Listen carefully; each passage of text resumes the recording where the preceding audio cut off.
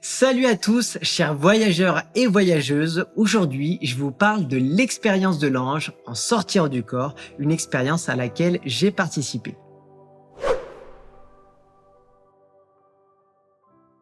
Bonjour à tous, je suis Romain de Gaïa Méditation, instructeur de la phase, un terme chapeau qui regroupe plusieurs états modifiés de conscience comme la sortir du corps, voyage astral et le rêve lucide.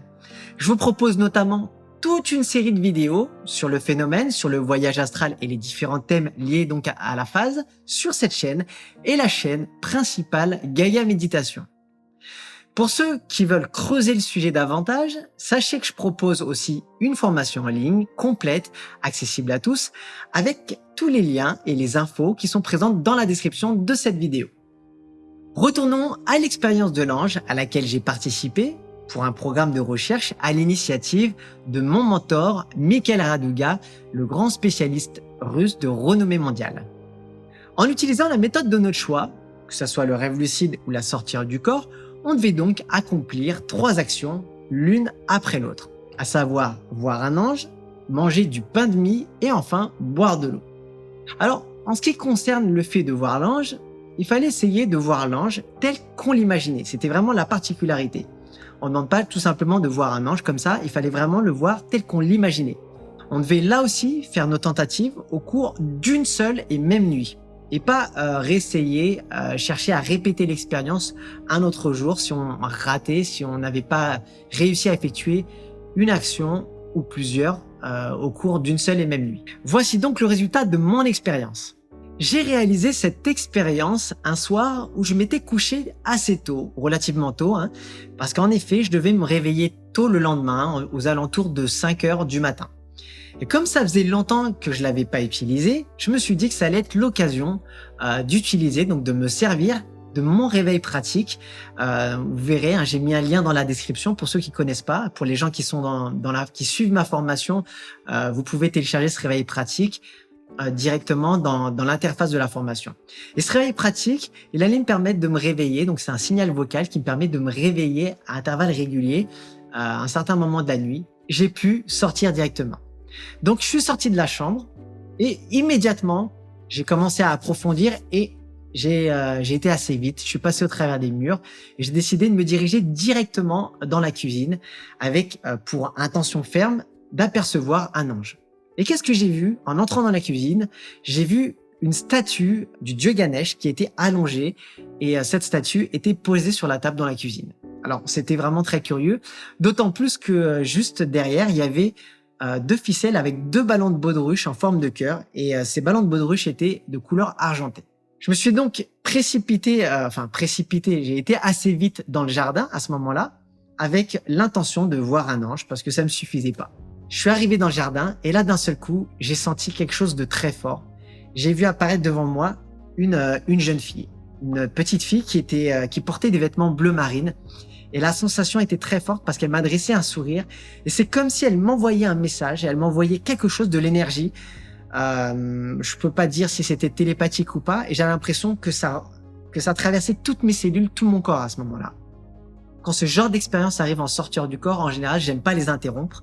Donc, je savais que j'avais l'expérience, les actions suivantes à accomplir, mais j'ai préféré me laisser traverser par ce message qui était à la fois intelligible et ineffable. Il n'y a pas vraiment de mots pour expliquer ce que je ressentais. Et donc, forcément, le fait de rester comme ça, passif, ça a provoqué un retour progressif au corps biologique. C'est pas grave, donc je suis revenu, j'étais heureux, j'étais content, j'avais un sourire aux lèvres et je me suis dit c'est pas grave pour les 2 autres actions, j'allais tenter donc au réveil suivant. Donc j'ai relancé mon réveil pratique et j'ai fait un petit exercice de cohérence cardiaque, de respiration pour m'endormir assez vite. Ça a marché, je me suis endormi et assez rapidement donc j'ai reçu le premier signal vocal m'indiquant de me réveiller et d'effectuer tout de suite une séparation. J'ai essayé tout de suite de rouler sur le côté pour sortir de mon corps physique. Ça a marché, je suis sorti de mon lit. J'ai littéralement ressenti cette sensation de laisser une couverture derrière moi, comme un voile derrière moi. Donc, j'ai été directement une fois de plus dans la cuisine, très très rapidement, presque en téléportation, tout en effectuant quelques techniques d'approfondissement, mais pas suffisamment à mon goût, hein. J'ai été peut-être un poil trop vite et du coup, j'ai quand même vu sur la table du pain. Mais j'ai pas réussi à obtenir du pain de mie. J'ai vu donc une baguette de pain avec juste à côté, comme je le désirais, un pichet d'eau, un pichet rempli d'eau. Donc j'ai saisi le pain. Ça sert aussi du coup d'approfondissement. Je l'ai mis dans la bouche. J'ai commencé à mâcher et j'ai senti vraiment la texture moelleuse de la mie, le croustillant du pain, le goût hein, légèrement salé. Et puis dans la foulée, j'ai commencé à boire l'eau qui, elle, n'avait pas de goût particulier, mais j'ai senti toute sa texture, le liquide qui traversait, qui descendait le long de l'œsophage comme ça. À partir de ce moment-là, comme j'avais pas assez approfondi et j'ai senti que mon sommeil était un petit peu perturbé, je suis revenu très rapidement. Peut-être le fait de m'être dit que ça y est, j'avais accompli les différentes actions du protocole. Je suis revenu à moi et puis après, je me suis servi des réveils suivants pour effectuer quelques actions personnelles. Voilà donc pour la partie qui concerne le récit de l'expérience. Maintenant, je vais vous parler de mon impression par rapport à tout ça. Et ce qui était pour moi le plus intéressant à noter, c'est la partie qui concerne l'ange. Ce que j'imaginais, c'était quelque chose de différent. J'imaginais que l'ange m'apparaîtrait différemment. Alors d'abord, le dieu Ganesh, est-ce que c'était sous cette forme que l'ange m'est apparu? Bon, ça me convenait pas encore. J'ai voulu aller plus loin. J'ai vu une jeune fille, vraiment avec une grande innocence, une grande bonté, une grande pureté. Et c'est vrai que je m'attendais pas à percevoir l'ange de cette manière. Et il était vraiment demandé dans l'expérience de voir l'ange de la manière dont on l'imaginait. Et en effet, lors de plusieurs rêves lucides et de sortir du corps, j'ai déjà souvent aperçu un ange sous la forme d'une femme blonde avec des grandes ailes blanches. Et bien souvent, cet ange m'enlaçait comme ça et m'aidait à m'élever encore plus haut, que ça soit pour voler ou pour traverser parfois certains plans ou dimensions. Enfin, on les appelle comme on veut.